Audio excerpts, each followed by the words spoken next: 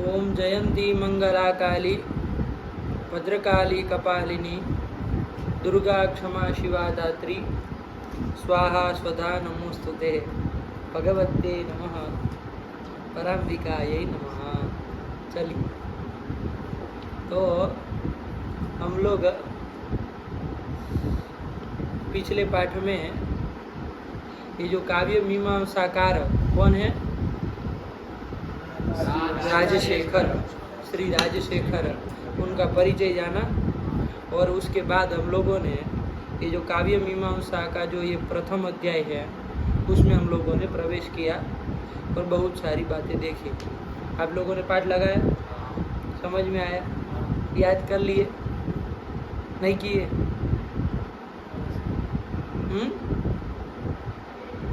देखो बाबू, इसको है ना दिन में 2 बार, थोड़ा थोड़ा ही है, कितना ग्रंथ है, छोटा सा है ना, तो सुबह शाम दोनों टाइम आवृत्ति में डाल देना, ठीक है ना। हम ये नहीं करेंगे कि चलो आप पंक्ति सा इसको करो, हालांकि हो जाता है तो बहुत उत्तम होता है यदि याद कर लेते हैं अनुपूर्वी से इस ग्रंथ को। कोई ज़्यादा तो नहीं चला जिसको पढ़े। अब इसमें क्या हो गया है समस्या, इसमें 18 नाम आ गए अभी उसके, और 18 उस शिष्यों के नाम आ गए, तो थोड़ा ये हो रहा है कि याद करने में आप लोगों को शायद समस्या हो। लेकिन खैर भी इतना कोई बड़ा ग्रंथ नहीं था, इतना तो कर ही सकते थे, तो कर लेते तो अच्छा रहता, और आगे भी करेंगे तो अच्छा रहेगा, उत्तम से उत्तम है। लेकिन मान लीजिए ऐसा है कि पूरा याद करने का मन नहीं बन रहा है, तो इसको मतलब ये करिए, सुबह शाम एक बार आवृत्ति कर लिया करिए, एक बार सुबह एक बार शाम को, है कि नहीं। जितना उस पढ़े उसको 2-2 बार, और धीरे धीरे अर्थ का अनुसंधान करते होंगे कि क्या कह रहे हैं, ठीक है ना।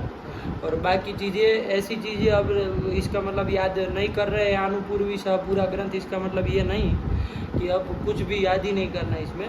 वो सामान्य बातें वो सब याद हो ही जानी चाहिए कि किन्होंने किसको उपदेश दिया, आपको अपनी भाषा में तो आ ही जाना चाहिए, है कि नहीं। कि भाई ये जो पूरी परंपरा बताई कि कौन आचार्य श्रीकंठ से चालू किया था ना, कि श्रीकंठ ने किनको उपदेश दिया, अब यही नहीं पता हो तो ये नहीं होना चाहिए, ठीक है ना। ऐसे ऐसे तो याद हो ही जानी चाहिए। बीच में जो श्लोक आएंगे बाबू, कारिकाएँ श्लोक आएंगे तो वो याद हो जाने चाहिए, कंपलसरी हो ही जाने चाहिए, है कि नहीं। बीच बीच में आएंगे ना कहीं कहीं, वो कर लेने। कोई मुख्य बातें ऐसी आए एक पंक्ति में हो जो, तो उसको याद कर लेना, ठीक है ना। बाकी शेष हम आपको अब ये नहीं कह रहे कि अब 18 अधिकरण के नाम क्रम से याद करो, 18 अधिकरण के आचार, उसको आवृत्ति में जरूर चढ़ा देना बाबू। 2 टाइम आवृत्ति करोगे ना तो वो जीवा पे पूरा ग्रंथ चढ़ जाएगा। 10-15 दिन में ऐसे ही निकलने लगेगा। चित्रम चित्रांगदा यमो यमकानी ऐसे ऐसे शब्द निकलने लगेंगे, है कि नहीं है। तो आवृत्ति में ध्यानपूर्वक 2 बार करनी है। कोई इतना बड़ा ग्रंथ है ना, इसकी आवृत्ति में कोई घंटा 1-2 घंटा लगे ऐसी तो कोई बात नहीं है कि नहीं। तो 10-10 मिनट का काम है, तो अर्थानुसंधान करते हुए, अर्थ का ध्यान देते हुए आवृत्ति करनी है ध्यानपूर्वक, बिना कुछ सोचे से, ठीक है ना। चलिए, तो यहाँ पर अब आगे चला जाए बाबू। तो क्या अंतिम पाठ में हम लोगों ने ग्रंथ में देखा बाबू, तो अथातः काव्यम मीमांसिष्यामहे, यहाँ से इन्होंने ग्रंथ चालू किया था। यहीं से किया था, पानी लाओ बाबू, यहीं से किया था ना, यहीं से किया था कि अथातः काव्यम मीमांसिष्यामहे, काव्यम मीमांसिष्यामहे।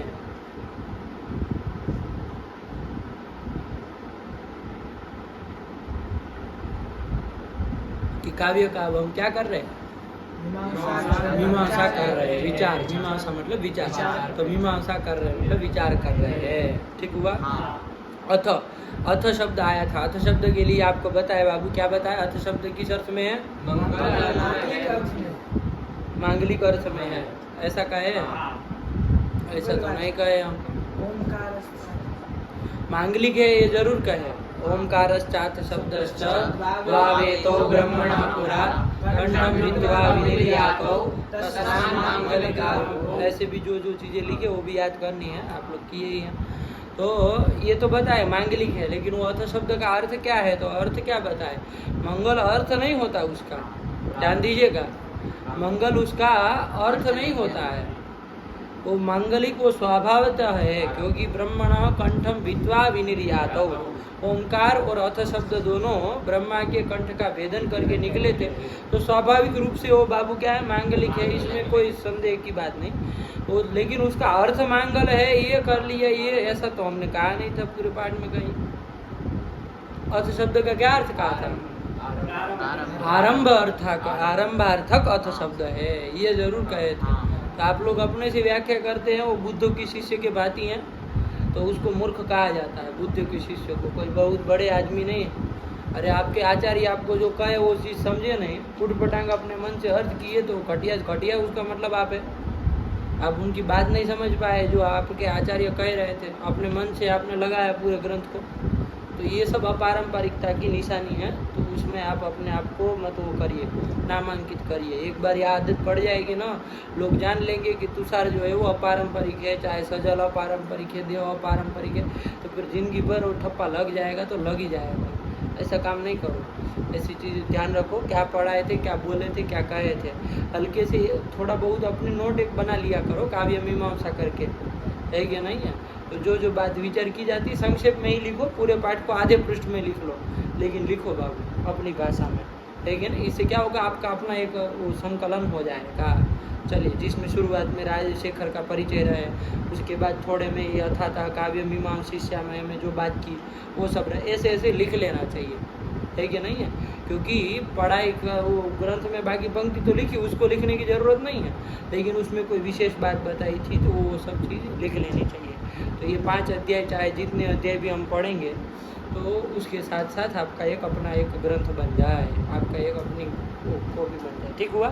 चलिए, तो अथ शब्द आरंभार्थक कहा। अथ शब्द के बाबू नाना प्रकार के अर्थ होते हैं, ठीक है ना, बहुत अर्थ है अथ शब्द के। अथ शब्द का आरंभ अर्थ भी है और अथ शब्द का अनंतर अर्थ भी है। क्या? अनंतरीयवाची अथ शब्द भी आता है, बहुत जगह मिलता है अनंतरीयवाची अथ शब्द, मतलब अनंतर का वाची, अनंतर नहीं कहते, अनंतर मतलब इसके बाद, अनंतर, अथ मतलब अनंतर। तो जिज्ञासा होगी किसके अनंतर, मान लीजिए अथ शब्द अनंतर हो, अथ शब्द अत्र यहाँ पर क्या कह दे हम, अनंतरीयवाची कह दे, है कि नहीं है। जैसे वहाँ पर अथा तो ब्रह्म जिज्ञासा है ना, वेदांत में क्या है, अथा तो ब्रह्म जिज्ञासा, तो वहाँ का अथ शब्द जो है वो कैसा है, अनंतरीयवाची है। आनंतरीयवाची है। आनंतरीयवाची मतलब अथ शब्द का मतलब क्या होगा जुटू, अनंतर। आया कि नहीं। तो अनंतर मतलब किसके अनंतर, ये जिज्ञासा होगी। तो किसके अनंतर, तो वहाँ कहते साधन चतुष्टय संपत्ति अनंतर, साधन चतुष्टय की संपत्ति मतलब प्राप्ति हो जाने के अनंतर ब्रह्म जिज्ञासा करते हुए ऐसे ऐसे करके वो अपना लगाते हैं। हमको अभी वहाँ नहीं जाना है, प्रकृति में आइए। अथ शब्द का यहाँ पर भी यदि अनंतर अर्थ करे, क्या अर्थ करे, अनंतर अर्थ करे, अनंतर, तो जिज्ञासा होगी अनंतर किसके अनंतर, तो व्याकरणाध्ययनानंतरम, ऐसे भी लगा आया कि नहीं, व्याकरण न्यायाध्ययनानंतरम, व्याकरण न्याय के अध्ययनानंतरम काव्यम मीमांसिष्यामहे, काव्य की मीमांसा कर रहे हैं। आया कि नहीं, ऐसे भी लगा सकते, आया कि नहीं। और अतः शब्द के, तो अथ शब्द के बारे में पता चल गया ना। अथ शब्द या तो आरंभार्थक हो या तो अनंतर, अनंतरीयवाची शब्द सीखो बोलना, अथवा तो आनंतरीयवाची, है कि नहीं, ऐसे बोलो, या तो अनंतरार्थक ऐसा बोलो, दोनों में से कोई भी शब्द बोलो उसका अर्थ होगा अनंतर। आया कि नहीं। तो ऐसा जब करोगे तो फिर बोलना पड़ेगा कि किसके अनंतर, तो बता देना आप में से। और अर्थ शब्द का आरंभ अर्थ करो तो कोई दिक्कत ही नहीं है। आया कि नहीं। लेकिन मंगल अर्थ नहीं करना, मंगल अर्थ नहीं होता है कोई उसका। बहुत टीकाओं में ऐसा लिखा है कि अर्थ शब्दों मंगलार्थक, तो मंगल उसका अर्थ नहीं होता है, ये चीज समझिएगा। मंगल उसका अर्थ वो स्वभावतः उससे मंगल हो जाता है। आया कि नहीं आया। जैसे एक दृष्टांत से आपको कहे, इस विषय में ध्यान रखिएगा। कोई एक स्त्री है, दही का घड़ा लेकर के, घड़े में दही भर करके आ रही है सामने से, और आप उसी समय अपने घर के बाहर निकले, यात्रा करने के लिए निकले, और सामने से आपको महिला मिली वो करके, तो आपका क्या हो गया, मंगल हो गया कि नहीं हो गया। शोकन क्या कहते हैं आप लोग? शगुन हो गया। शगुन हो गया ना आप लोगों का, तो शगुन हो गया। अरे सामने एक स्त्री मिले है कि नहीं है, वो भी क्या दही का घड़ा भर करके, तो वो दही का घड़ा जो आपको सामने मिला, तो इससे क्या हो गया बाबू? आपका शगुन हो गया, मतलब आपकी यात्रा निर्विघ्न होगी। ये हो गया कि नहीं हो गया? अब आप कहे कि ये घड़ा लाना, वो घड़ा किस लिए ले जा रही थी? तो घड़ा तो वो अपना दही बेचना होगा, कहीं पहुंचाना होगा, इसलिए दही को लेकर के जा रही थी। ये थोड़ी ना कि मंगल करने के लिए ले जा रही थी। उससे मंगल हो गया ये अलग बात है, लेकिन वो उसका वो मंगल के लिए वो नहीं ना लिख रही थी, है कि नहीं है? तो यहाँ पर भी अथ शब्द जो है उससे मंगल स्वभावतः हो जाएगा। वो मंगलार्थक, वो मंगल उसका अर्थ नहीं है। आया कि नहीं? बात समझ में है कि नहीं? उससे स्वभावतः उससे मंगल अर्थ तो क्या है? तो आरंभार्थक अथ शब्द को, चाहे आनंतर्य वाची अथ शब्द कहो, बात यही कर लो। ये काम हो गया इसका अथ का। और अतः शब्द आया, अतः शब्द को तो कह दिया। अतः शब्द हेतुअर्थक, हेतुवाचक, हेतु है कि नहीं? हेतु को इसलिए, तो किस लिए?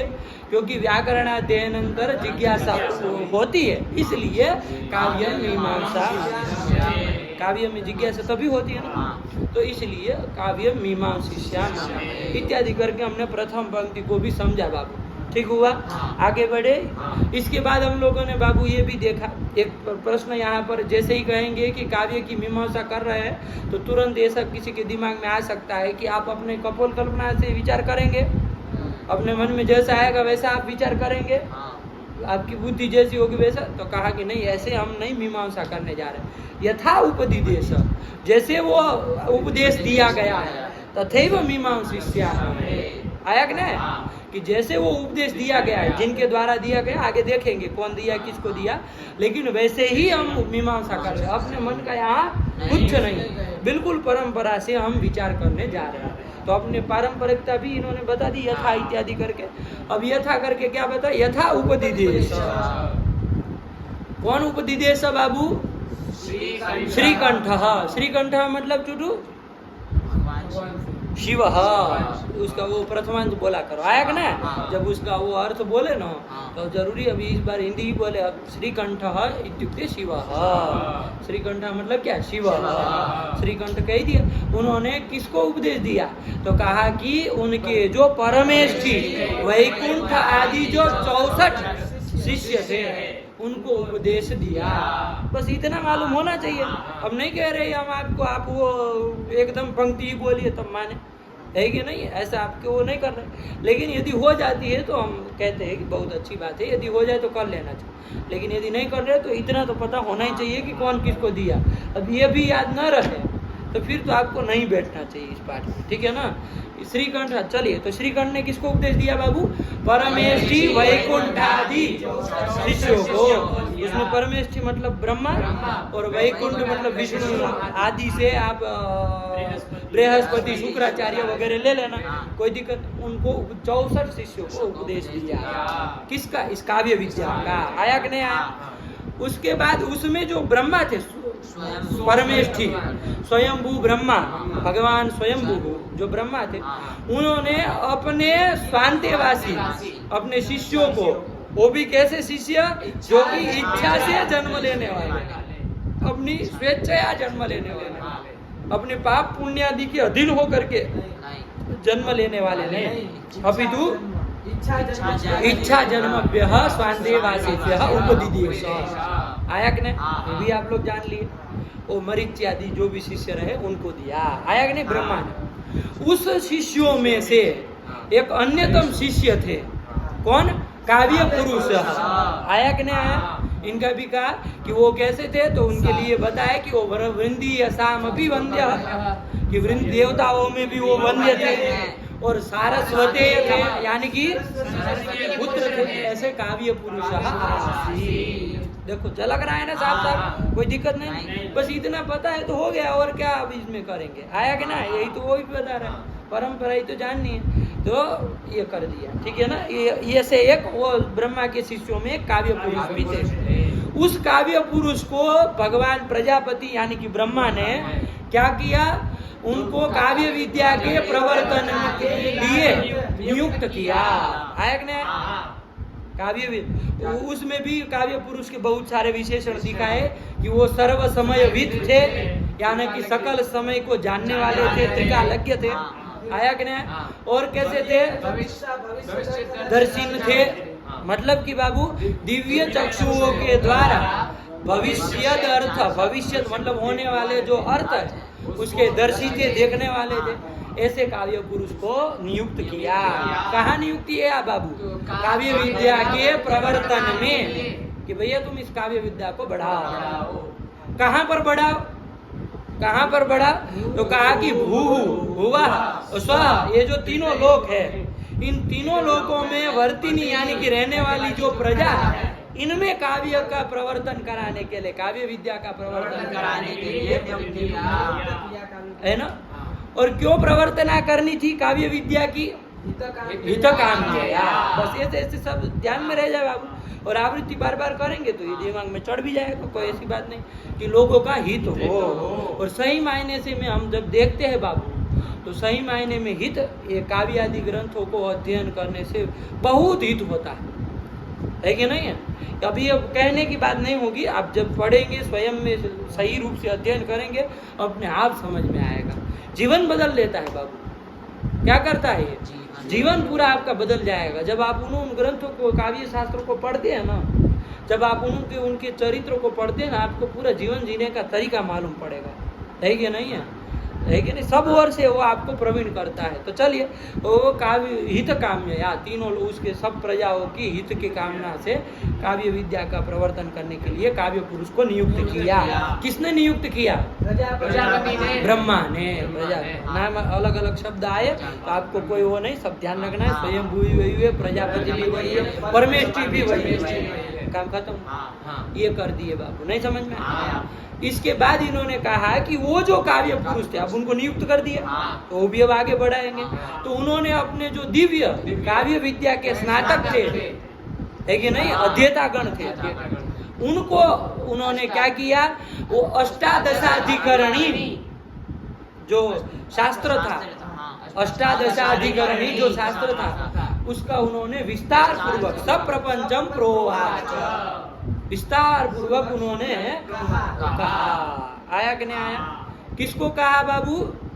वो जो काव्य विद्या के स्नातक विद्यार्थी थे, जो कि दिव्य थे, है कि नहीं, पामर नहीं थे, एकदम दिव्य थे सब, है कि नहीं? वो सब देवकोटि में आने वाले लोग हैं, सहस्राक्ष इत्यादि इत्यादि, आगे नाम बताने भी वाले हैं, खैर ये सब नाम तो पता ही है। तो वो सब दिव्य थे, उनको उन्होंने क्या किया? वो अष्टादशाधिकरणी नाम का शास्त्र, अष्टादशाधिकरणी मतलब 18 अधिकरण के मिला करके जो ग्रंथ बना है, 18 अधिकरण का मिल करके जो ग्रंथ बना है, उस ग्रंथ का उन्होंने उपदेश दिया। बात समझ में आई? अब उसमें 18 अधिकरण थे, तो सब अधिकरण के अध्ययन करने वाले एक एक शिष्य रहे, जिन्होंने उन अधिकरण को अच्छे से जाना। समाम्नातवान, आया कि नहीं आया? ज्ञातवान, अच्छे सम्यक ज्ञातवान, अच्छे से जाना, है कि नहीं? ये 18 अधिकरण का जो ग्रंथ है, उन्होंने उपदेश दिया, तो उसमें सब शिष्यों ने एक एक अधिकरण को अच्छे से जाना।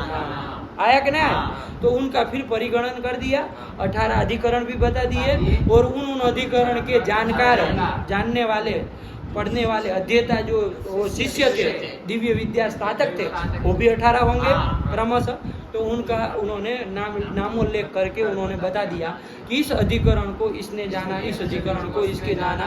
इसमें सबसे पहला अधिकरण था कवि रहस्य नाम का अधिकरण, आया कि नहीं? उसको किसने जाना बाबू? सहस्राक्ष, इंद्र ने जाना। सहस्राक्ष कहते इंद्र ने जाना, है कि नहीं? कवि रहस्य। इसी तरह उन्होंने आगे और 17 अधिकरण के और 17 शिष्यों के नाम लेकर के बता दिया कि इस अधिकरण को इस शिष्य ने जाना। आप लोग एक बार फटाक से आवृत्ति कर लो, वो मतलब बोल लो अभी कि कौन किसको किया है, तो फिर आगे चले हम लोग। हाँ, सहस्राक्ष समाम्नासीत, लगा कि नहीं लगा बाबू? हाँ, बस यही फटाक से पढ़ लो। उक्तिगर्भ, अलग अलग बोलना है ना, तोड़ तोड़ के, ताकि स्पष्ट हो जाए। औक्तिकम उक्तिगर्भ, रीति निर्णयम सुवर्णनाभः, आनंदासिकं प्रचेताः, यमकं यमः, यमकम यमः लिखा है।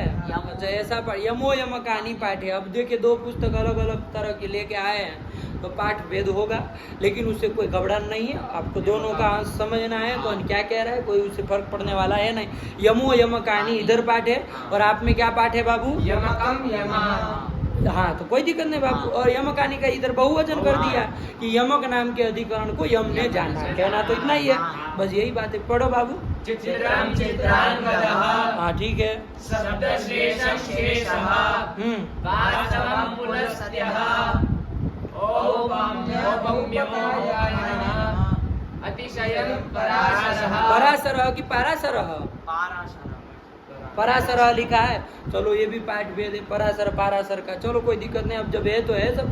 अब दो दो लखे आए तो कोई दिक्कत नहीं है कि नहीं है। चलिए तो कौन सा अतिशय नाम के अधिकरण को कौन जाने? पाराशर ने जाना। ठीक चलो फिर अर्थश्लेषं उपतथ्यः। उभयालंकारिकं कुबेरः। उभयालंकारिकम का स्पष्ट उच्चारण नहीं कर रहे हैं। उभयालंकारिकं कुबेरः। वैनोदिकं कामदेवः। रूपकनिरूपणीयं भरतः। रसाधिकारिकं नन्दिकेश्वरः। दोषाधिकरणं कृष्णः। गुणोपादानिकं उपमन्युः। गुणोपादानिकम इसमें सही कराए थे कल। गुणोपादानिकम उपमन्यु। फिर औपनिषदिकं कुचुमारः। कुचमारः कुचुमारः चू है, चू पाठ है। दिखाओ दिखाओ चू है। और बहुत पाठ भेद मिल रहा है, इतना नहीं होना चाहिए।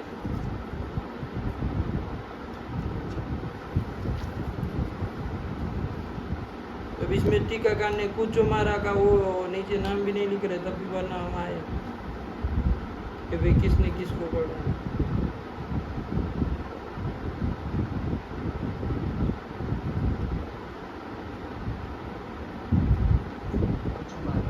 कुचुमार लिखा है। चलिए इसमें कुचमारा पाठ है, कोई दिक्कत नहीं, ध्यान रखिएगा। अब है पाठ तो क्या करे, है कि नहीं है। कुचमारः, यहाँ तो टीकाकार संस्कृत वाला भी यही लिख रहा है कुचमारः, मतलब ये तो दाख्य स्नातकः, ये तो नाम का स्नातक। तो चलो कोई दिक्कत नहीं, आया कि नहीं आया। तो ये कर लिया, तो इससे द्वारा ये इन अधिकरण को पढ़ा। तो 18 हो गए ना, कल हम लोग परिगणन भी किए थे बाबू।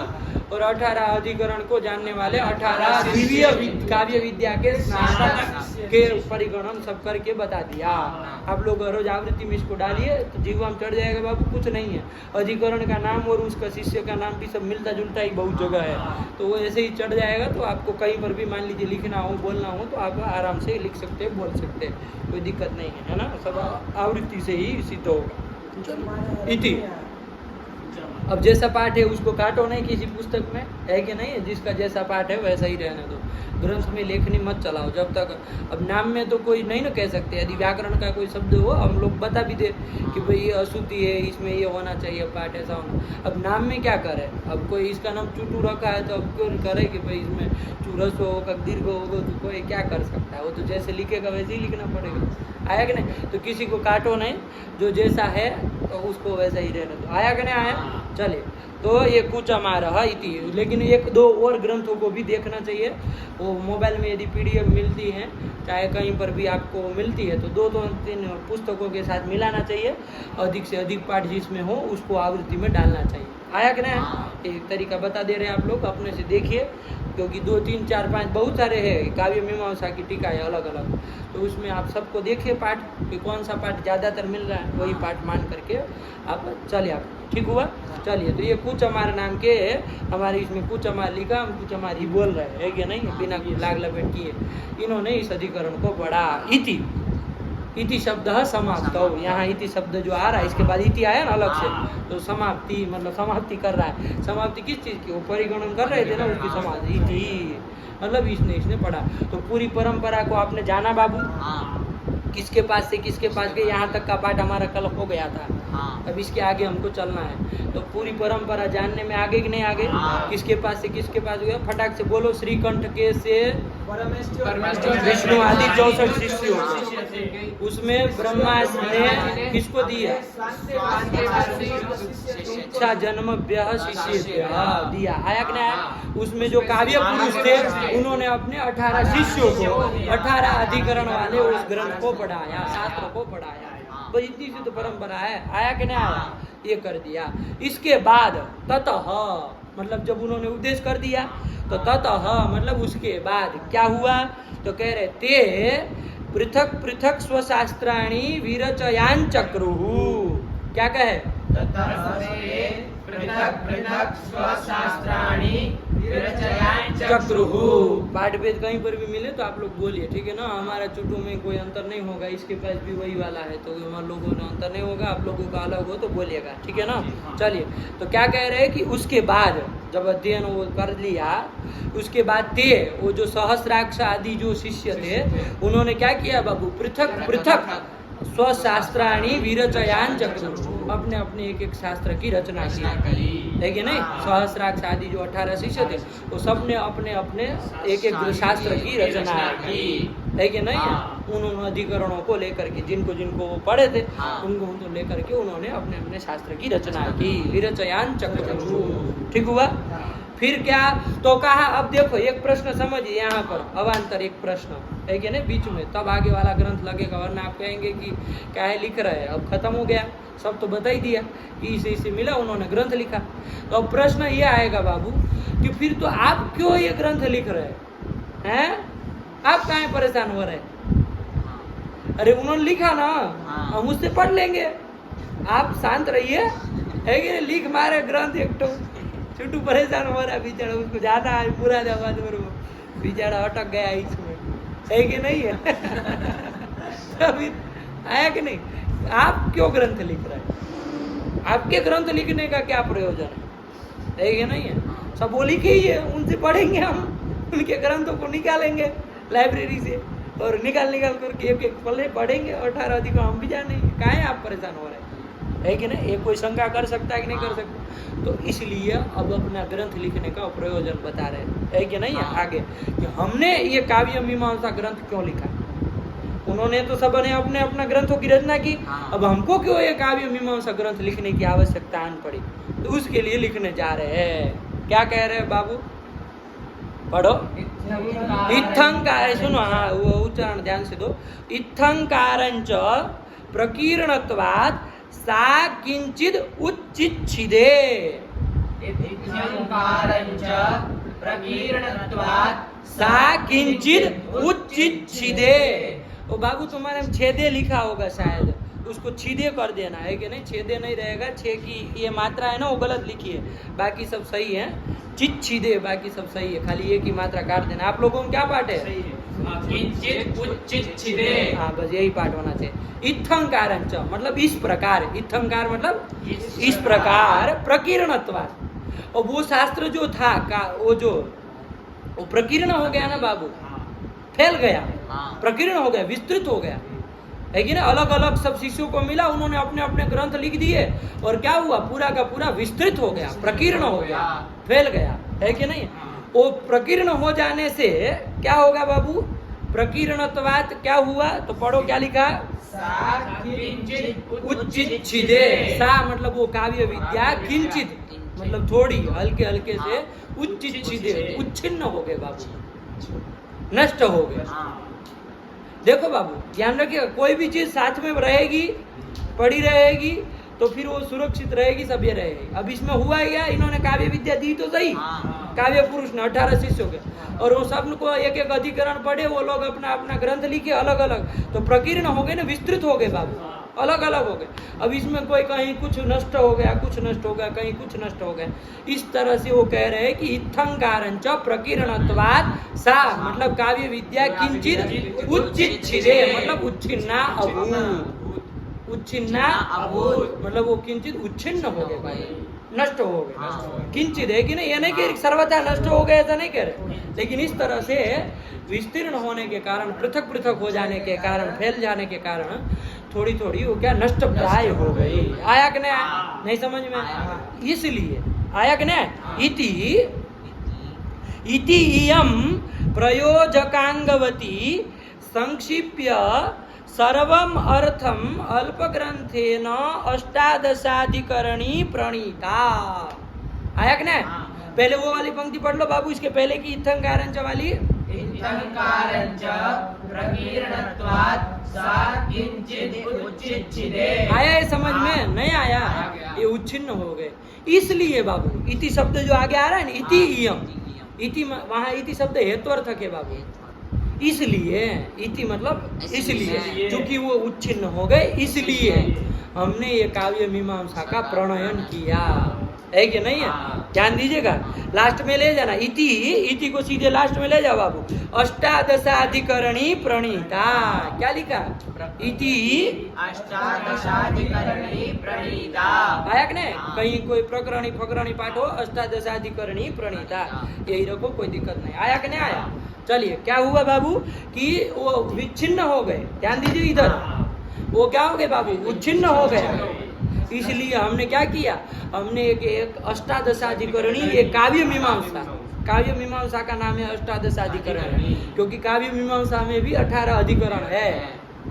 काव्य मीमांसा में भी 18 अधिकरण है। तो इसको यहाँ अष्टादशाधिकरणी जो कह रहे हो, काव्य मीमांसा को कह रहे हैं। इसलिए हमने अष्टादशाधिकरणी यानी कि काव्य मीमांसा की रचना की।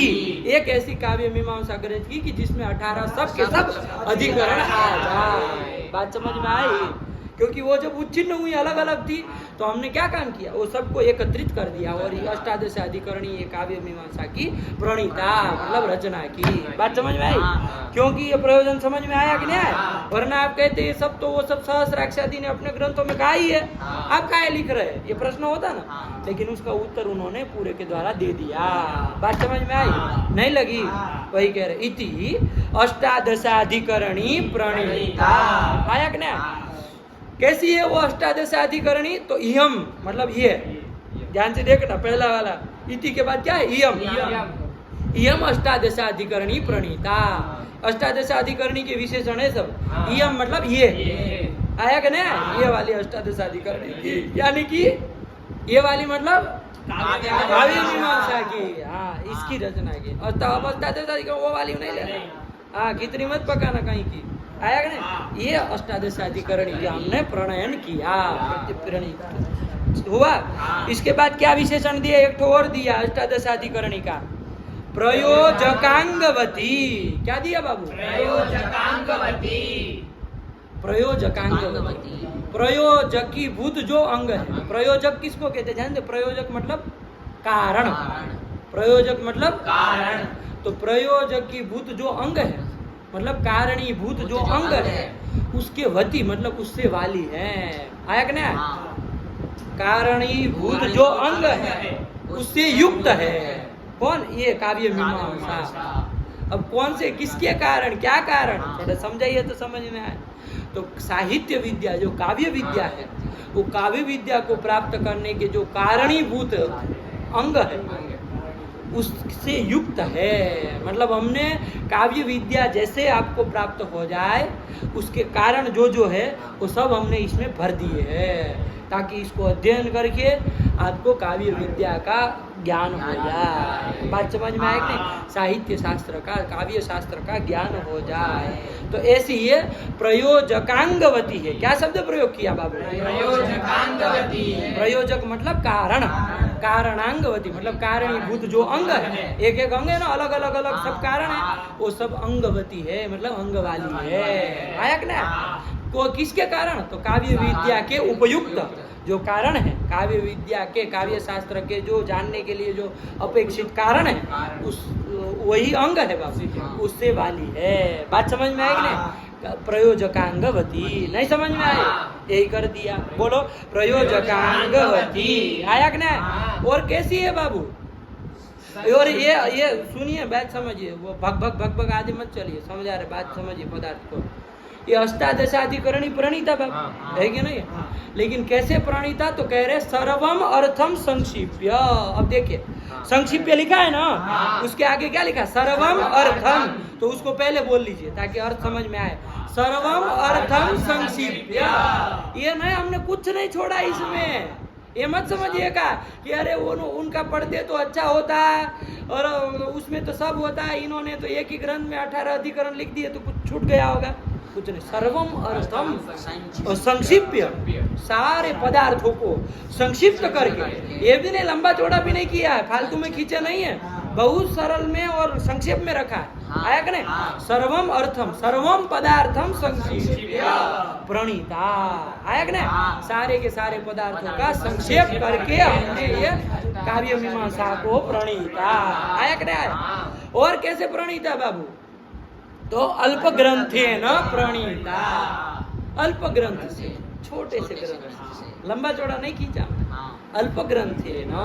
आया कि नहीं? छोटे से ग्रंथ से, है कि नहीं है? बात बहुत कुछ बताई लेकिन बहुत छोटे ग्रंथ में बता दी गई। इस तरह से हमने इस अष्टादशाधिकरणी यानी कि प्रणीता, बहुत सारी बातें बताई गई, है कि नहीं है? कि ये प्रणयन करने का क्या प्रयोजन है ये भी आपको समझ में आ गया, क्यों लिखनी पड़ी, वो सब होते हुए भी आपको क्यों लिखनी पड़ी ये भी हमने समझा। और ये जो काव्य मीमांसा है उसमें क्या क्या चीजें है, कितने अधिकरण, ये सब भी पता चल गया कि 18 अधिकरण इसमें होंगे। कितने अधिकरण होंगे? 18 अधिकरण होंगे। और इसमें काव्य ज्ञान के लिए जो जो कारण अपेक्षित है वो सब कारणों का निरूपण इसमें हुआ होगा।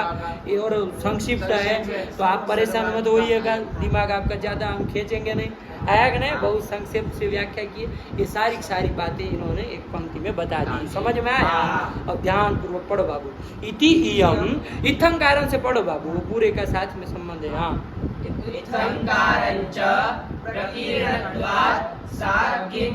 उच्चिच्छदे, उच्चिच्छदे। आया कि नहीं? इति इयम प्रयोजकांगवती संक्षिप्य सर्वं अर्थं अल्पग्रंथेन अष्टादशाधिकरणी प्रणीता। काम खत्म। नहीं समझ में? ये अष्टादशाधिकरणी काव्य मीमांसा का प्रणयन किया। तो इसमें भी 18 अधिकरण होंगे बाबू। कौन 18 अधिकरण? तो नाम गिना ही दिए है बाबू। आया कि नहीं आया? नाम गिना ही दिए है 18 अधिकरण के। खाली 18 अधिकरण के नाम बोल लो बाबू। कौन कौन 18 अधिकरण इसमें होंगे तो वही 18 अधिकरण के नाम बोल लो बाबू। खाली क्या क्या आ रहा है? कवि रहस्य, विभक्ति को छोड़ दो, वो द्वितीयांत है, हमको खाली नाम बोलना है ना, तो हिंदी में ही बोलो खाली अधिकरण के नाम। कवि रहस्य, औक्तिक, रीति निर्णय, अनुप्रासिक, यमक, चित्र, शब्दश्लेष, वास्तव, औपम्य, अतिशय, अर्थश्लेष, उभयालंकारिक, वैनोदिक, रूपक निरूपणीय, रसाधिकारिक, दोषाधिकरण और औपनिषदिक, ये सब 18 अधिकरण इसमें भी रहेंगे। आया कि नहीं? नहीं समझ में आया? यही 18 अधिकरण इसमें भी रहेंगे। काम खत्म हुआ। लगा? इति अष्टादशाधिकरणी प्रणीता, काव्य मीमांसा प्रणीता। ये अपने ग्रंथ के बारे में बताया। आगे चले, फिर क्या कह रहे हैं?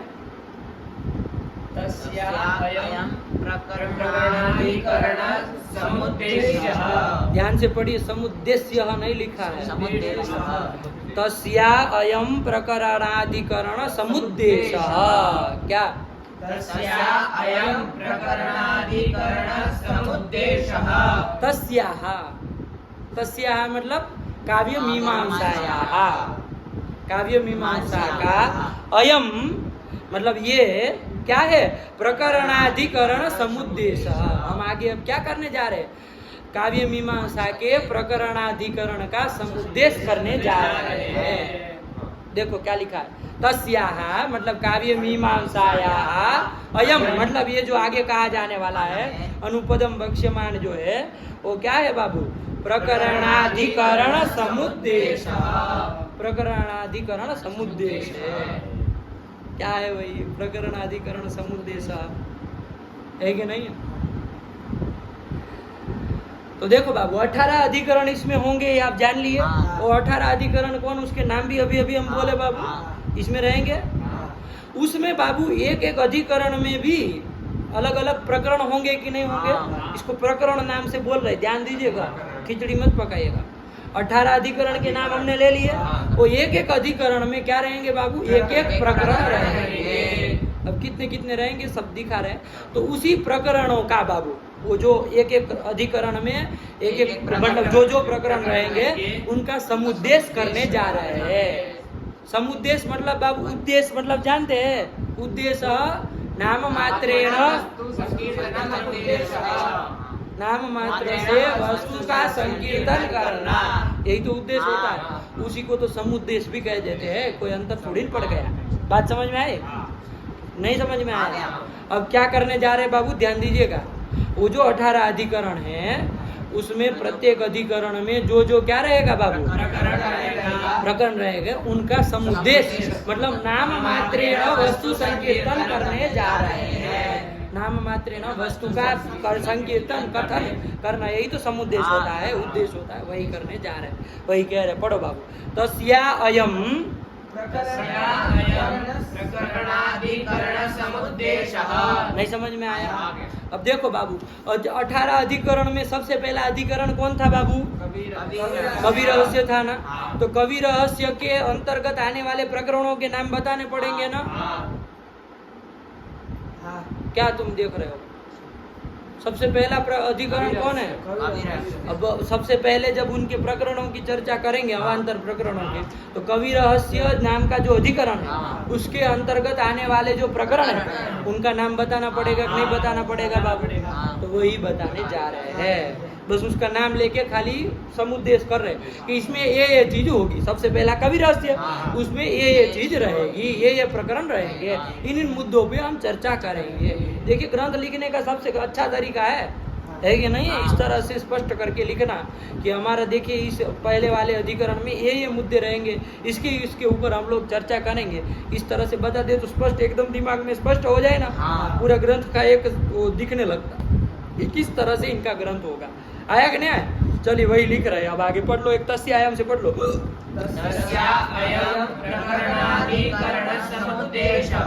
आया कि नहीं आया? चलिए अब वो करने जा रहे हैं। वो पहला वाला अधिकरण कौन सा वाला अधिकरण है? कवि रहस्य। उसके अंतर्गत आने वाले प्रकरणों के नाम बोलने समुद्देश करने जा रहे हैं। तो ध्यान से उच्चारण करिएगा। आप में यदि पाठ भेद आए, कुछ भी हम आए तो हमको बताइए, ठीक है ना? तो एक तो पुस्तक हम इधर भी रखेंगे। चलिए क्या आया? शास्त्र संग्रह, शास्त्र निर्देश, काव्य पुरुषोत्पत्ति, पदवाक्य विवेक। क्या हुआ? इधर उधर हुआ तो 102 हमको वही तो कह रहे, उठ पटांग कहाँ से उठा के लेके आए हैं। चलिए कोई नहीं, इसमें भी देखिएगा बाबू आप लोग, ठीक है ना? अब पहले इसके अनुसार पढ़ लेते हैं। ये जो आपका है ना चुटू के पास जो पुस्तक है उसके अनुसार पढ़ लेते हैं, फिर अंतर करते हैं दोनों में क्या अंतर पड़ रहा है। पहले चुटू वाले के अनुसार पढ़ लेते हैं। उसमें देखो, अरे तुम उसमें देखो, हाँ इसमें देखो, आया कि नहीं? पहले इसके अनुसार पढ़ ले बाबू कि कौन कौन प्रकरण होंगे। ठीक, चलिए क्या आया? फिर से पढ़ रहे। शास्त्र संग्रह, शास्त्र निर्देश, काव्य पुरुषोत्पत्ति, पदवाक्य विवेक, पाठ प्रतिष्ठा,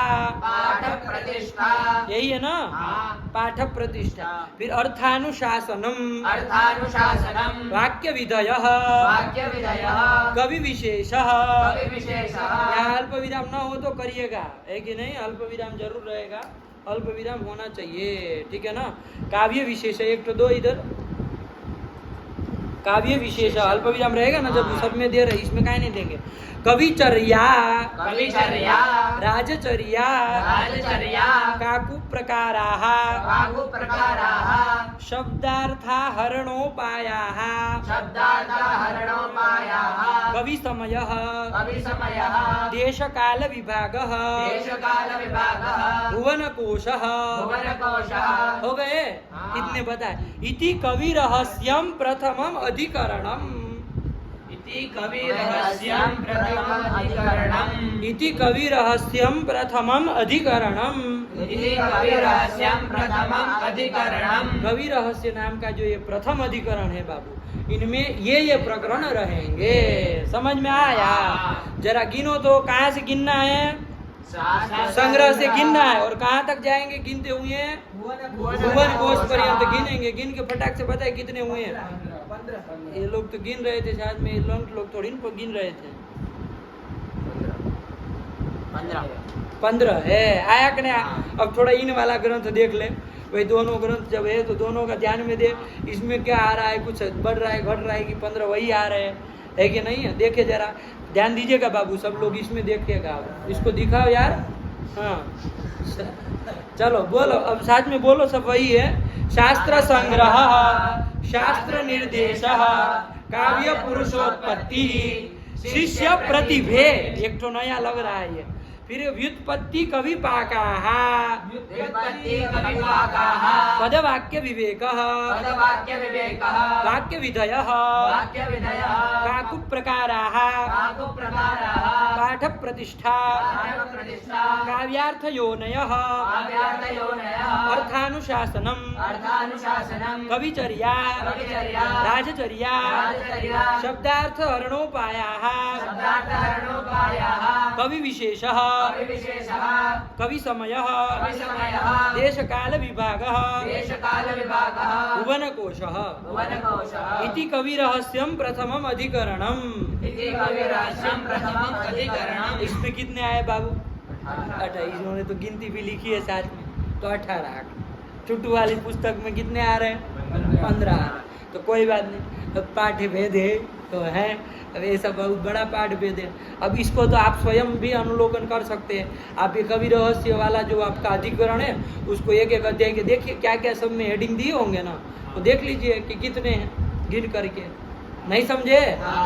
अरे एक एक अध्याय के नाम के अनुसार होंगे ना कि इस प्रकरण, ये वाला प्रकरण, तो उसमें देख लीजिए किसका जा रहा है, 15 वाला, 17, ये 18 वाला। तो जो भी है बाबू, कवि रहस्य में इस पुस्तक के अनुसार 15 प्रकरण रहेंगे और आपके पुस्तक के अनुसार 18 प्रकरण। तो कुल मिलाएंगे ये सब प्रकरण के नाम बता दिए, समुद्देश कर दिए, मुख्य रूप से ये समझ आया कि नहीं आया? अब आपको काम क्या करना बाबू कि वो 3 ठो कौन से जो इसमें नहीं थे और आप में आए, उसका अलग से थोड़ा देख लेना कि कौन वो 3 है, और आगे जाकर के परीक्षण करना कि ऐसा है कि नहीं है। ग्रंथ आपके पास है, आप स्वयं अवलोकन कर सकते हैं कि है कि नहीं है। नहीं समझ में आया? लेकिन हमारा ये अभी तक का क्या काम हो गया, कवि रहस्य नाम का जो प्रथम अधिकरण था उसमें जो प्रकरण आने वाले उनका समुद्देश हो गया। नहीं समझ में आया? यही कर दिया। चलिए, इति कवि रहस्यम प्रथमम अधिकरणम इत्यादि। अब आगे वाले जो अधिकरण है बाबू, कौन? आगे वाले जो अधिकरण, कवि रहस्य के बाद भी तो अधिकरण है, औक्तिकम वगैरह वगैरह सब है कि नहीं, रीति निर्णय, इन सब का अब जब आएगा तब उसमें तब तक बताए जाएंगे। अब पहले जब कवि रहस्य अधिकरण में 18 प्रकरण बताए तो सबका अब इनकी चर्चा कर ले। फिर जब ये खत्म हो जाएगा पूरा कवि रहस्य का काम, तब फिर हम क्या आगे वाले अधिकरण के प्रकरण को जान लेंगे। इस तरह से चलेगा आदि में। ठीक हुआ? तो इत्यादि करके काम खत्म हुआ। अब देखिए क्या कह रहे, पढ़ो बाबू आगे। इति सूत्राण्यथैतेषां व्याख्या भाष्यं भविष्यति। इति सूत्राण्यथैतेषां व्याख्या भाष्यं भविष्यति। नहीं है ऐसा? यही पाठ है कि अलग पाठ है? यही है ना? बोलिएगा, यदि थोड़ा भी अलग आए, एक भी मात्रा इधर उधर आए तो बोला करिए। आया कि नहीं? चुटू में तो वही है, उसमें क्या देख रहे हो, तो हम पढ़ ही रहे हैं पागल तरीका। अरे इति सूत्राण्यथैतेषां व्याख्या भाष्यं भविष्यति। इति सूत्राण्यथैतेषां व्याख्या भाष्यं भविष्यति। क्या कह रहे हैं? ये श्लोक की पंक्ति है बाबू, तुम्हारे पुस्तक में समझ में नहीं आ रहा, लग रहा है गद्यों की पंक्ति है, इस तरह के छाप दी है इन्होंने, लेकिन वो श्लोक की पंक्ति नहीं, अनुष्टुप श्लोक की ही एक पंक्ति है, अर्धभाग है। आया कि नहीं? तो क्या कह रहे हैं इसमें कवि राजशेखर क्या कह रहे? इति सूत्राणी। क्या कह रहे बाबू? ये जो हमने नाम लिया वो सूत्र रूप से नाम लिया, खाली ये जो नाम लिए ना प्रकरणों के, उनका एक सूत्र के रूप में नाम लिया। क्या? जैसे शास्त्र संग्रह, शास्त्र निर्देश, इनका हमने एक एक सूत्र के छोटे छोटे रूप में नाम बस ले लिया। अथ इति सूत्राणी, ये सूत्र थे।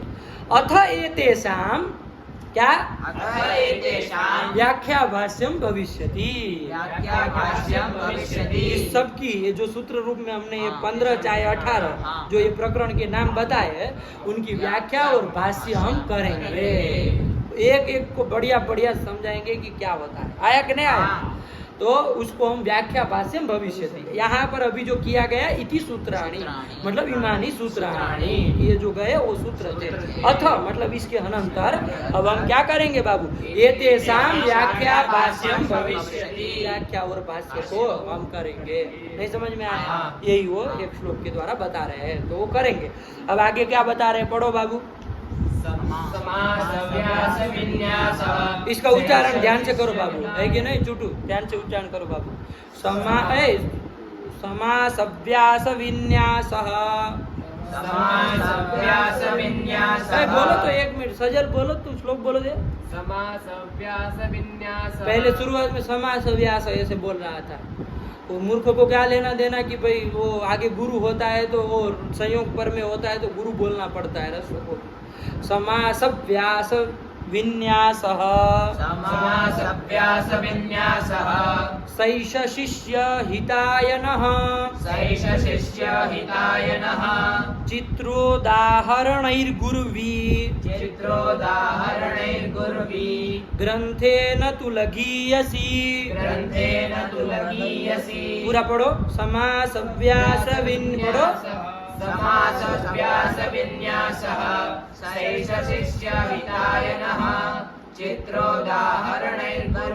गुरवी बाबू, गर्वी नहीं, गुरवी ये श्लोक होगा। ठीक हुआ? क्या है इसका मतलब समझ ले। ये काव्य मीमांसा का आपको परिचय दे रहे हैं, बता रहे कि काव्य मीमांसा में क्या है, कैसे है और कुछ चीज है तो क्यों है। आया कि नहीं? क्या कह रहे सबसे पहले, समास व्यास विन्यास। ये हम काव्य मीमांसा में जो ये विन्यास किए हैं, मतलब उन पदार्थों का वो निरूपण किए हैं, तो कैसे किए हैं बाबू? समास व्यास दोनों शैली अपनाई हमने। क्या शैली बाबू? समास और व्यास। समास शैली भी अपनाई और व्यास शैली भी अपनाई। समास शैली क्या बाबू? समास शैली मतलब बाबू किसी बात को संक्षिप्त से रखना, वो समास हुआ, है कि नहीं है? कम शब्दों में समास से कह देना। आया कि नहीं? और विस्तार पूर्वक कहना, ये क्या हो जाता? व्यास हो जाता। तो हमने इस काव्य मीमांसा में दोनों शैली को अपनाया, कहीं समास भी किया, कहीं विन्यास भी किया, व्यास भी किया। तो समास व्यास दोनों शैली से हमने क्या किया बाबू? विन्यास किया है। यहाँ पर काव्य मीमांसा ग्रंथ का हमने रचना की है। आया कि नहीं? तो आप कहेंगे क्यों ऐसे किए हो, समास व्यास दोनों शैली से क्यों किए? तो कहा कि सैष मतलब ये जो विन्यास हम किए हैं वो शिष्य हिताय। किस लिए बाबू? शिष्य हिताय, शिष्य के हित के लिए। शिष्य के हित को ध्यान में रखते हुए हमने जहाँ पर समास करना था वहाँ समास किया है, जहाँ पर विस्तार से किसी चीज को बताना था वहाँ विस्तार से भी बताया। तो समास व्यास दोनों शैली हमने यहाँ अपनाई है। आया कि नहीं आया? वही कह रहे कि सैष, सैष मतलब सह एष, ये जो समास व्यास विन्यास है हमारा वो किस लिए है? शिष्य हिताय। आया कि नहीं? शिष्य के हित के लिए है। नह, नह आगे आया ना, नह मतलब अस्माकम, मतलब हमारा जो ये नह मतलब अस्माकम, मतलब हमारा जो ये समास व्यास के रूप से विन्यास है, मतलब समास और व्यास शैली से ये ग्रंथ का प्रणयन करना है, वो किस लिए है? शिष्य के हित के लिए किया गया है। आया कि नहीं?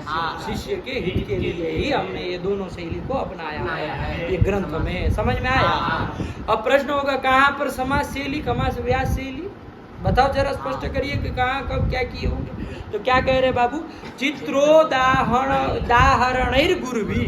क्या कह रहे हैं? ग्रंथे न तु लगीयसी, ये कर रहे हैं। ये जो काव्य मीमांसा है बाबू वो गुर्वी भी है, लगीयसी भी है।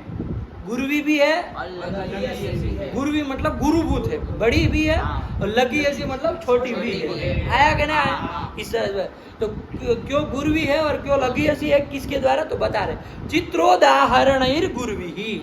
गुरुवी, गुरुवी क्या विसर्ग थोड़ी ना होगा। चित्र और उदाहरण से वो गुरुवी है। चित्र मतलब समझते हैं, चित्र मतलब भेद प्रभेद। कहीं भेद प्रभेद करेंगे ना तो हम विस्तार से करेंगे, बढ़िया से करेंगे। आया कि नहीं? तो चित्र मतलब भेद प्रभेद, और उदाहरण मतलब तो आप समझते ही है, दृष्टांत। है कि नहीं है?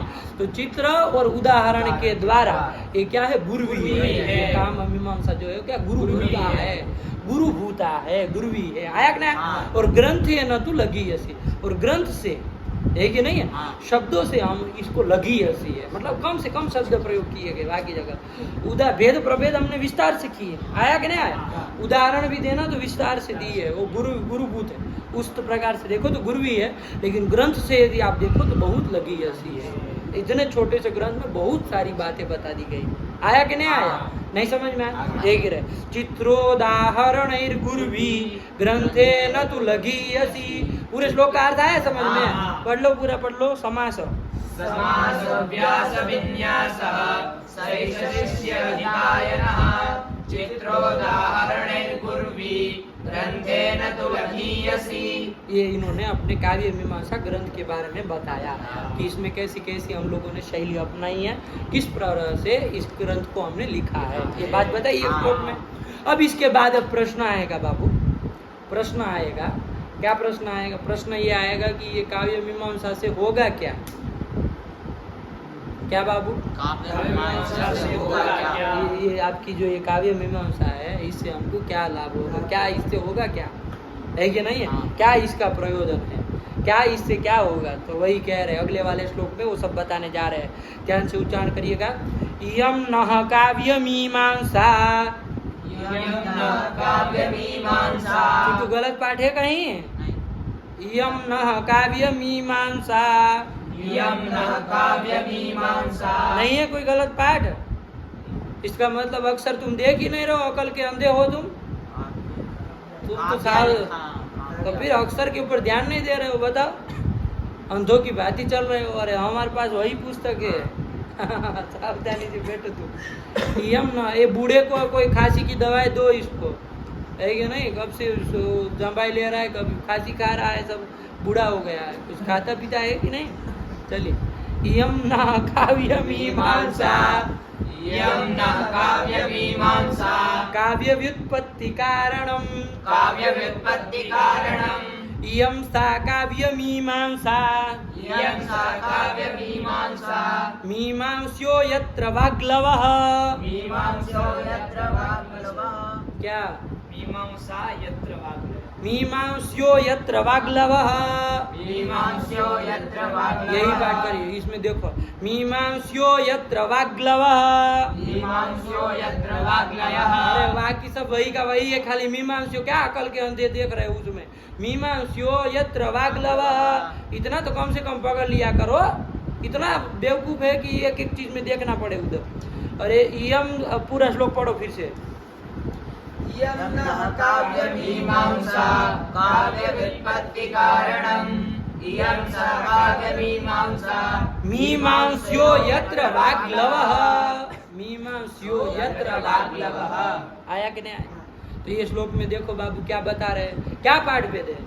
मीमांसा यत्र वाग्लवः। तो मीमांस्यो कर दिया तो क्या हर्ज है तुमको?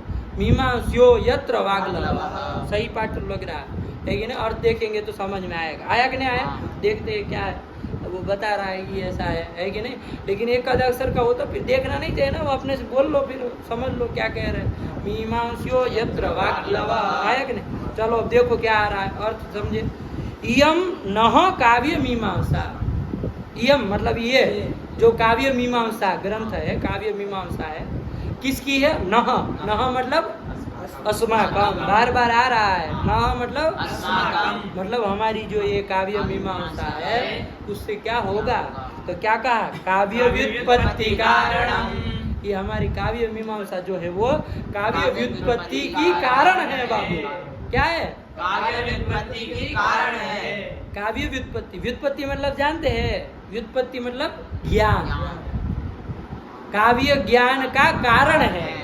मतलब काव्य का, इस साहित्य शास्त्र का, काव्य शास्त्र का ज्ञान करना हो तो उसमें ये कारणीभूता है। मतलब इसको पढ़ने से आपको काव्य शास्त्र का ज्ञान हो जाता है। तो काव्य शास्त्र की व्युत्पत्ति में ये क्या हुआ? काव्य मीमांसा कारण हुआ। आया कि नहीं आया? वो क्या हुआ?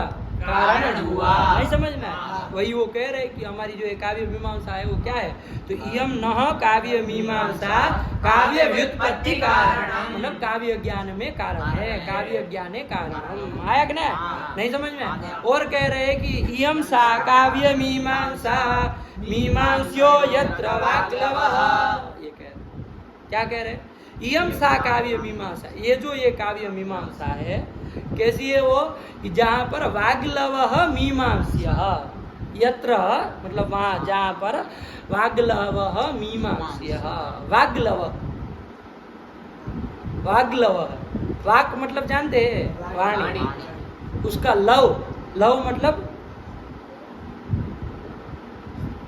लव मतलब जैसे ये पानी, ये ग्लास है मान लीजिए, है कि नहीं, खाली हो, तो हम इसमें कहेंगे इसमें पानी का लव भी नहीं है, एक कण भी नहीं है। अब यहाँ क्या बूंद करेंगे, यहाँ थोड़ी बूंद बूंद करेंगे, पानी का एक अंश भी नहीं है, अंश, लव, कण, जो भी शब्दों से कहो बाबू, पानी का इसमें नामो निशान नहीं है, तो वो मतलब लव मतलब क्या हुआ बाबू, अंश, कण। आया कि नहीं आया? तो वाग्लवः मतलब वाणी का लव, लव मतलब वाणी का अंश, वाणी का कण, यत्र मीमांस्य, जहाँ पर मीमांस्य है मतलब विचार्य है, विचार्यमान है, जहाँ विचार किया जाएगा। तो आप कहेंगे इसमें खाली वाणी की एक लव मात्र कंस को ही, पूरी वाणी को नहीं बता रहे हैं, ये समस्या होगी ना, समझिए, हंसिए मत, ये वो लोग उल्टा देंगे इसमें, आप है कि नहीं, इस पंक्ति को व्याख्यान में वो घुमा देगा तो नहीं समझ पाएंगे। लिखा इस टाइप से है, क्या लिखा बाबू, कि यत्र वाग्लवः मीमांस्य, चाहे आप लोगों में अनुसार मीमांसा, जहाँ पर वाग्लव की क्या क्या मीमांसा है, विचार है, ऐसी है हमारी काव्य मीमांसा है, ऐसा उनको कहना है। तो अब प्रश्न आया कि जहाँ पर वाग्लव का विचार है, मीमांसा की गई है, आया कि नहीं आया? तो वाग्लव की मतलब वाक के, वाणी के अंश की, मतलब कौन की, कुछ एक देश की क्या की गई है बाबू, मीमांसा की गई है। ऐसा है क्या? इससे मतलब पूरा नहीं वाणी का वो आ रहा है, तो ये तो गलत हो जाएगा ना, ऐसे लगाएंगे तो ये तो फिर लोग कहे घटाओ, फिर हमको ऐसे थोड़ी ना पढ़ना, हम साहित्य दर्पण पढ़ेंगे, हम काव्य प्रकाश पढ़ेंगे जिसमें सब बातें आती हैं। एक को पढ़ेंगे जब इसको खाली वाणी का एक लेस थोड़ा बहुत ही बात बतानी है, एक लव ही बताना। तो देखो बाबू कि जहाँ पर वाणी का लव भी विचार किया गया है, ऐसे अपी शब्द का वो आक्षेप कर लो बाबू, देखिएगा अर्थ बदल जाएगा पूरा। जहाँ यत्र मतलब जहाँ पर वाग्लवोपि मीमांस्य, मतलब वाणी का लेस भी विचार किया गया, वाणी का एक एक कण विचार किया गया, जहाँ पर कुछ छोड़ा नहीं गया, ध्यान रखिएगा, बदल गया ना अर्थ। वाणी का एक एक कण जहाँ विचार किया गया है कि नहीं है, एक एक अंश विचार किया गया, छोड़ा भी नहीं, बिल्कुल ऐसी ये हमारी काव्य मीमांसा है। नहीं समझ में आया? ये कह रहे, अभी शब्द ला देना, वाग्लवोपि मीमांसा, मतलब वाणी का लेस भी यहाँ विचार कर लिया, मतलब इतना अंश भी नहीं छोड़ा, वो अंश भी विचार कर लिया। आया कि नहीं? उस अंश का भी छोटा सा कण हो ना वाणी का, वाक का, तो उसको भी पकड़ लिया, उसको भी नहीं छोड़ा। अभी शब्द कर दोगे तो बदल जाएगा ना, नहीं समझ में आया? तो वही कह रहे हैं, अपनी काव्य मीमांसा के बारे में बता रहे कि इयम सा काव्य मीमांसा, ये वो काव्य मीमांसा है कि यत्र जिसमें वाग्लवः वाणी का लव भी विचार किया गया है कि नहीं, मतलब वाणी के कण कण का भी विचार किया गया, कुछ नहीं छोड़ा। इस तरह से लगाना, वरना उल्टी पड़ जाएगी, आया कि नहीं, लोग छोड़ के चल देंगे, है ना? नहीं, चलिए तो ये कर लिया, पढ़ लो पूरे श्लोक को, पढ़ लो बाबू। काव्य मीमांसा काव्य व्युत्पत्ति कारणम, इयं सा काव्य मीमांसा मीमांस्यो यत्र वाग्लवः। हाँ, जब याद नहीं की होंगी वो अभी, तो फिर बिना देखे नहीं बोलते हैं कभी ग्रंथ को, है कि नहीं? इतने ज्यादा भी बुद्धिमान होने की जरूरत नहीं। चलिए, हो गया ये इन्होंने काव्य मीमांसा का परिचय भी दिया कि हमारे ये काव्य मीमांसा क्या है बाबू। ये श्लोक में क्या बताया कि ये काव्य मीमांसा है वो काव्य ज्ञान में कारण है, और ये वो काव्य मीमांसा है जिसमें वाणी का लेस विचार किया गया, लव का भी विचार किया गया, एक एक अंश का विचार किया गया, ऐसी ये काव्य मीमांसा है। तो इसमें क्या क्या विषय रहेंगे ये भी बता दिया बाबू, इसी के साथ इन्होंने नहीं समझ में आया। हाँ। चलिए अब आगे चला जाए, आगे का श्लोक भी वो पढ़ लो बाबू। वाग्लवम, ध्यान से, वाग्लवम न स जानाति न विजानाति यस्त्विमाम। वाग्लवं न स जानाति न विजानाति यस्त्विमाम्। बोलो चुटू। वाग्लवं न स जानाति। ना कहाँ है? न हाँ। वाग्लवं न स जानाति न विजानाति यस्त्विमाम। आया कि यस्त्विमाम। अब देखिए बहुत बड़ी बात कह दे रहा है कि नहीं, ये पंक्ति कह, यह मतलब यह पुरुष इमाम, यस्तु इमाम लिखा ना, यस्तु इमाम, संधि अलग करो तो क्या बढ़ेगा चुटू?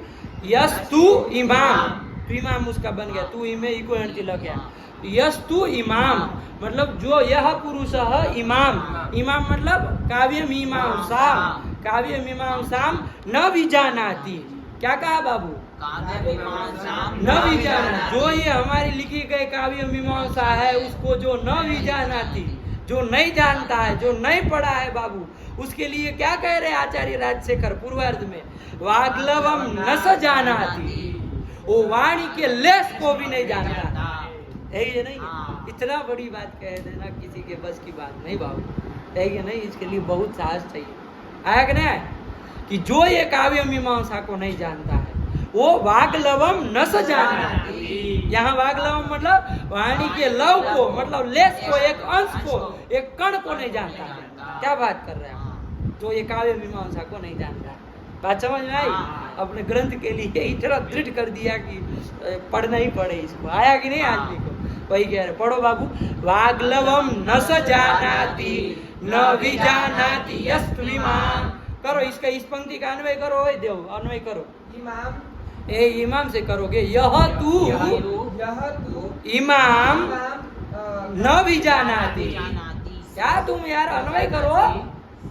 यह न पूछ सकते। इमाम न विजानाति सह वाग्लवम न जानाति। न जानाति। आया कि नहीं?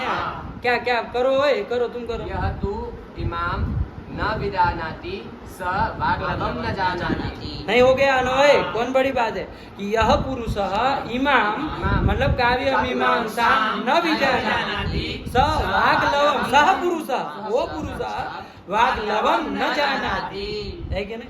वाग्लव को भी नहीं जानता। आया कि नहीं आया? ऐसे चार्ट कर दे रहे, ठीक हुआ? चलिए काम खत्म। अब अंतिम वाला श्लोक पढ़ लिया जाए बाबू। क्या कह रहे? यायावरीयः संक्षिप्य मुनीनां मतविस्तरम्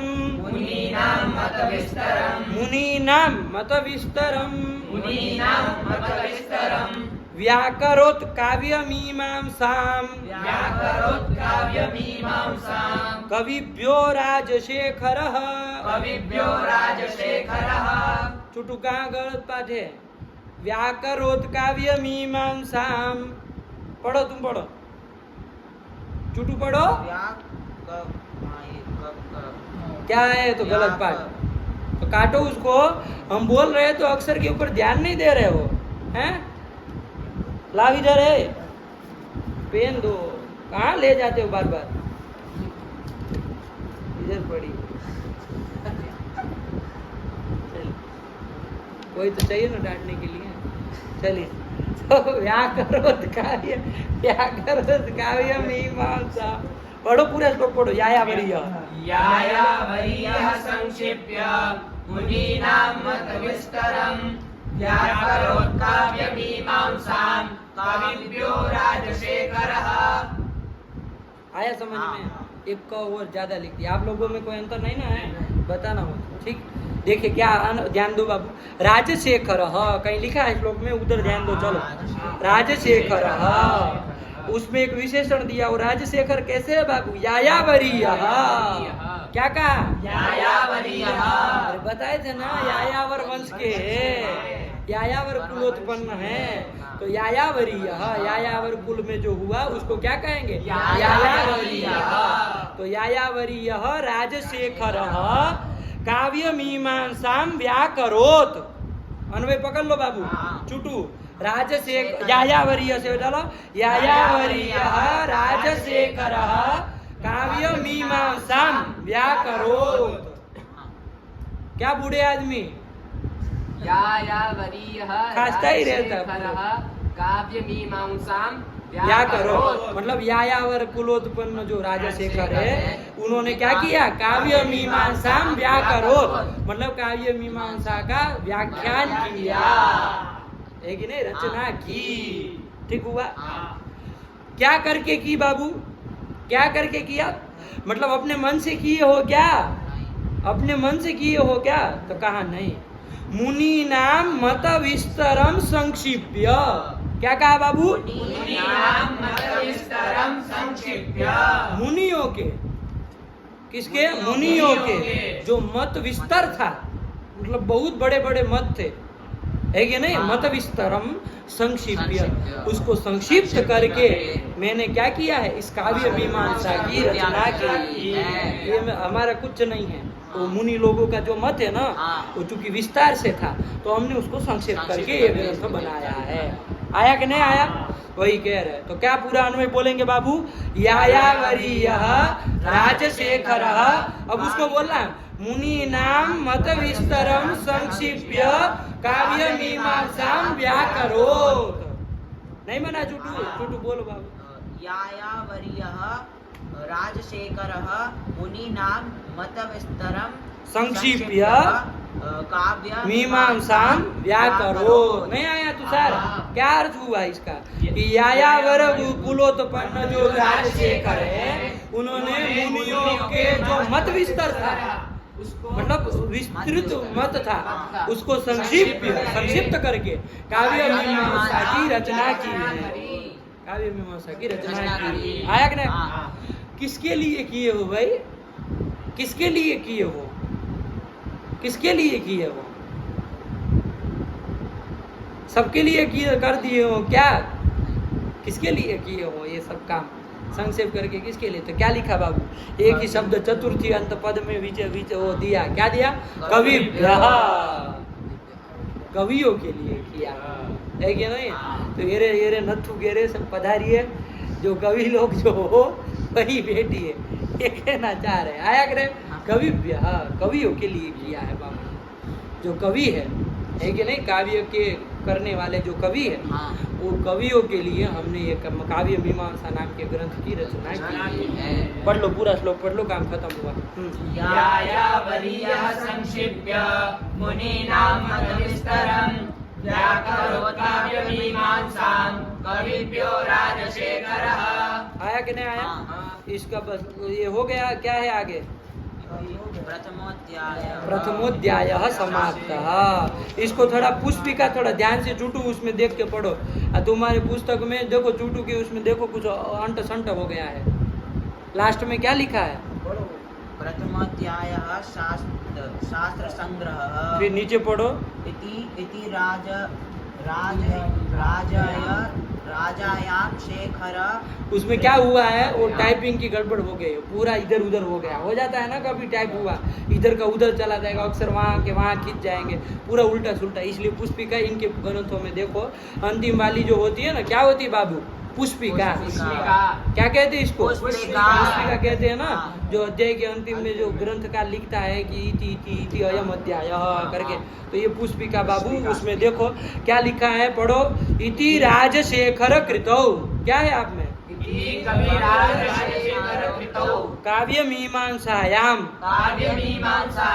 कविरहस्ये प्रथमे अधिकरणे प्रथमोध्यायः शास्त्र संग्रहः। यही होगी। आया कि नहीं? इसको भी मतलब समझ लो, इससे स्पष्ट होगा कि किस तरह से ग्रंथ है। इति क्या लिख रहे बाबू? इति मतलब ये समाप्ति कर रहे हैं ये अध्याय की, तो उसके लिए इति आया कि इति मतलब समाप्त। क्या समाप्त? तो प्रथमोध्याय समाप्त, वहां अन्वय करेंगे। ठीक, अब आगे क्या लिख रहे हैं इति के बाद? कविराज शेखर कृतौ काव्य मीमांसायां। कवि राजशेखर की जो कृति है, क्या? काव्य मीमांसा, उसमें। आया कि नहीं आया? सप्तमी लगा रहे। कविराज शेखर कृतौ काव्य मीमांसायां क्या? कवि रहस्य प्रथमे अधिकरण है। ये प्रथम अधिकरण है क्या? कवि रहस्य। कवि रहस्य नाम का ये जो प्रथम अधिकरण है उसमें भी जो प्रथम अध्याय है वो समाप्त हुआ, जो कि उस प्रथम अध्याय का नाम क्या है? तो प्रथमोध्याय शास्त्र संग्रह। इस शास्त्र संग्रह नाम के प्रथम अध्याय का परिसमाप्ति हुई। नहीं समझ में आया? ठीक हुआ? क्लियर हो गया एकदम से? ठीक, बस इसी तरह से इतना लगा करके आइए। प्रथम अध्याय की भगवती की कृपा से समाप्ति हुई। अब द्वितीय अध्याय कल देखेंगे, आगे देखेंगे। ठीक है, इतना लगा करके आइए। रखा जाए पाठ। भगवती नमः, पराम्बिकायै नमः।